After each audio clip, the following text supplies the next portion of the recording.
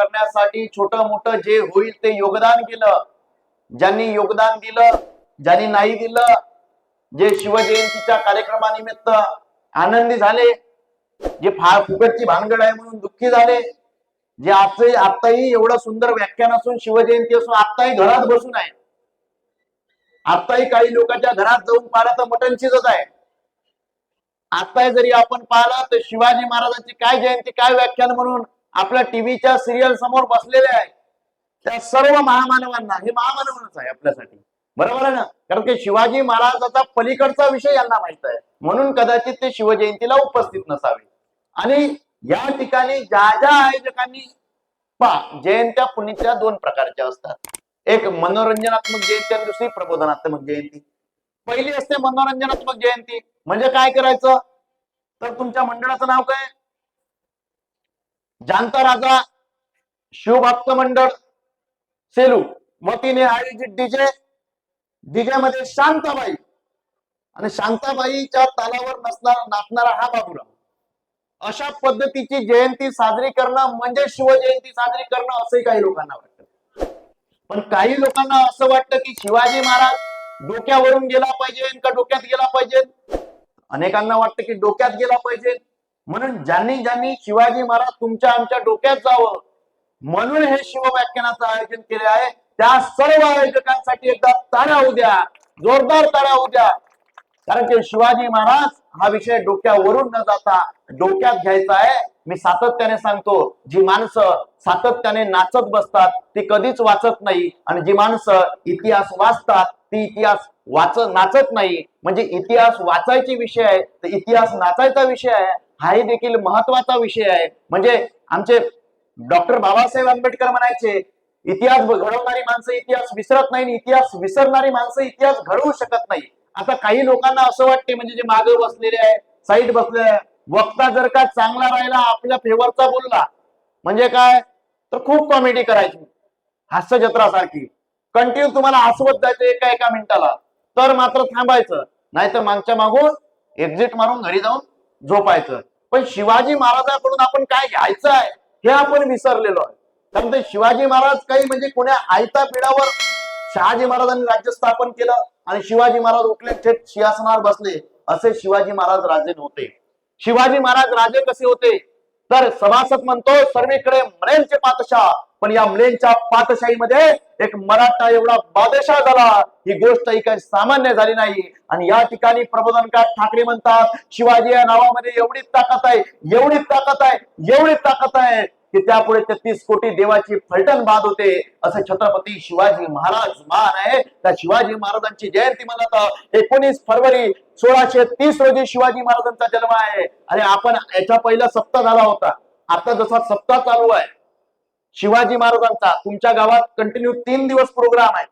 पण या 3 दिवस तुमच्या गावात प्रोग्राम आहे, पण याच्या आधी एक प्रोग्राम झाला होता 14 तारखेला त्याचा एंड झाला, भागवत सप्ताह.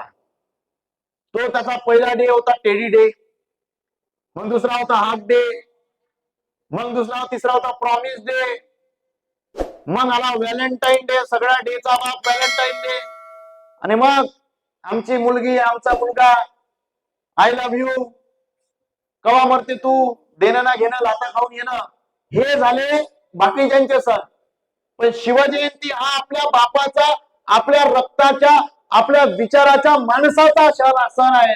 म्हणून जगात वारी जर कुठली असेल तर ती फक्त 19 फरवरी आहे, ही गोष्ट लक्षात घ्या. कारण की त्यापुढे कुठलाही सण मोठा नाही. शिवाजी या नावामध्ये एवढी ताकद आहे, एवढी ताकद आहे की त्यापुढे 33 कोटी देवाची फलटण वाहत होते. मग छत्रपती शिवाजी महाराजांमुळे या देशातल्या मंदिरातल्या देवता सुरक्षित राहिला, छत्रपती शिवाजी महाराजांमुळे या देशातल्या आया बहिणी सुरक्षित राहिला. असा दादा ज्यांचं नाव आहे छत्रपती शिवाजी महाराज, आणि त्यांची जयंती म्हणतात 19 फरवरी 2025 ला साजरी झाली पाहिजे, हे देखील या ठिकाणी महत्वाची गोष्ट आहे.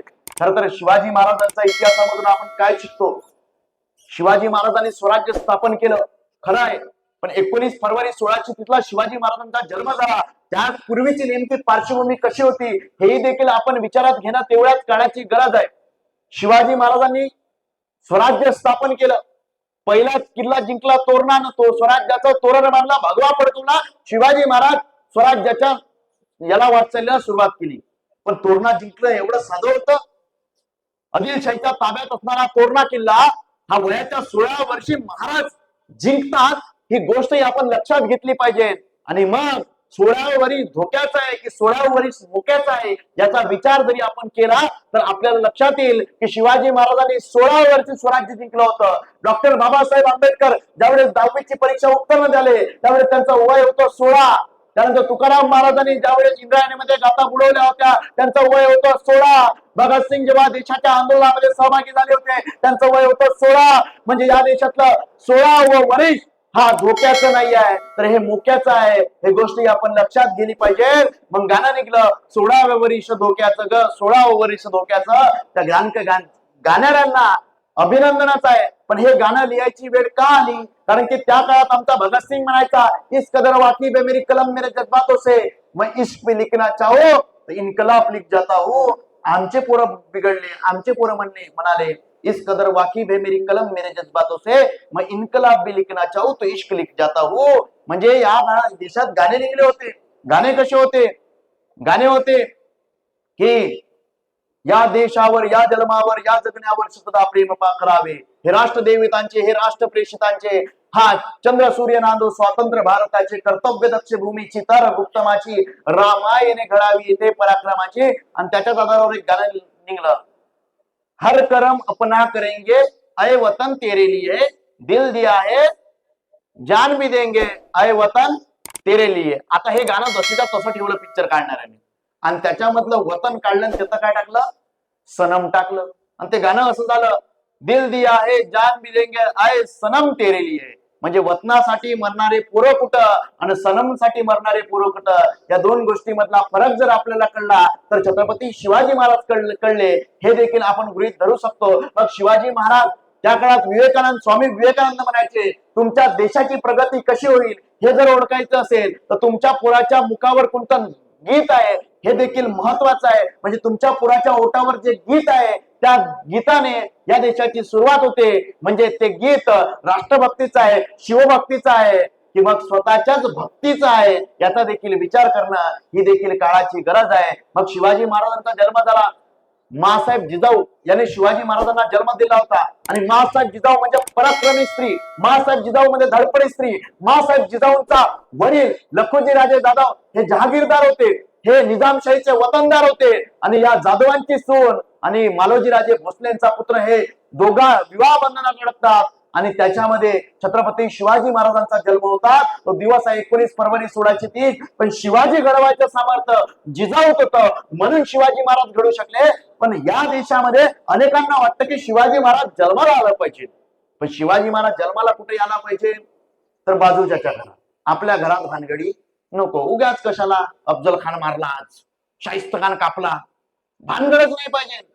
कसं पाहिजे? शिवाजी महाराज फक्त शेजारच्या घरात.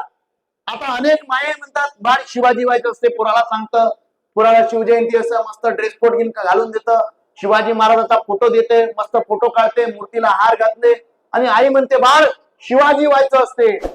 आता ट्रिप येते, सहल येते, त्या सहलीला बरोबर हेच माय सांगते बसच्या मधोमध बसायचं असते, पुढून ठोकली तरी मागून ठोकली तरी आपण सुखरूप वाचायचं असते.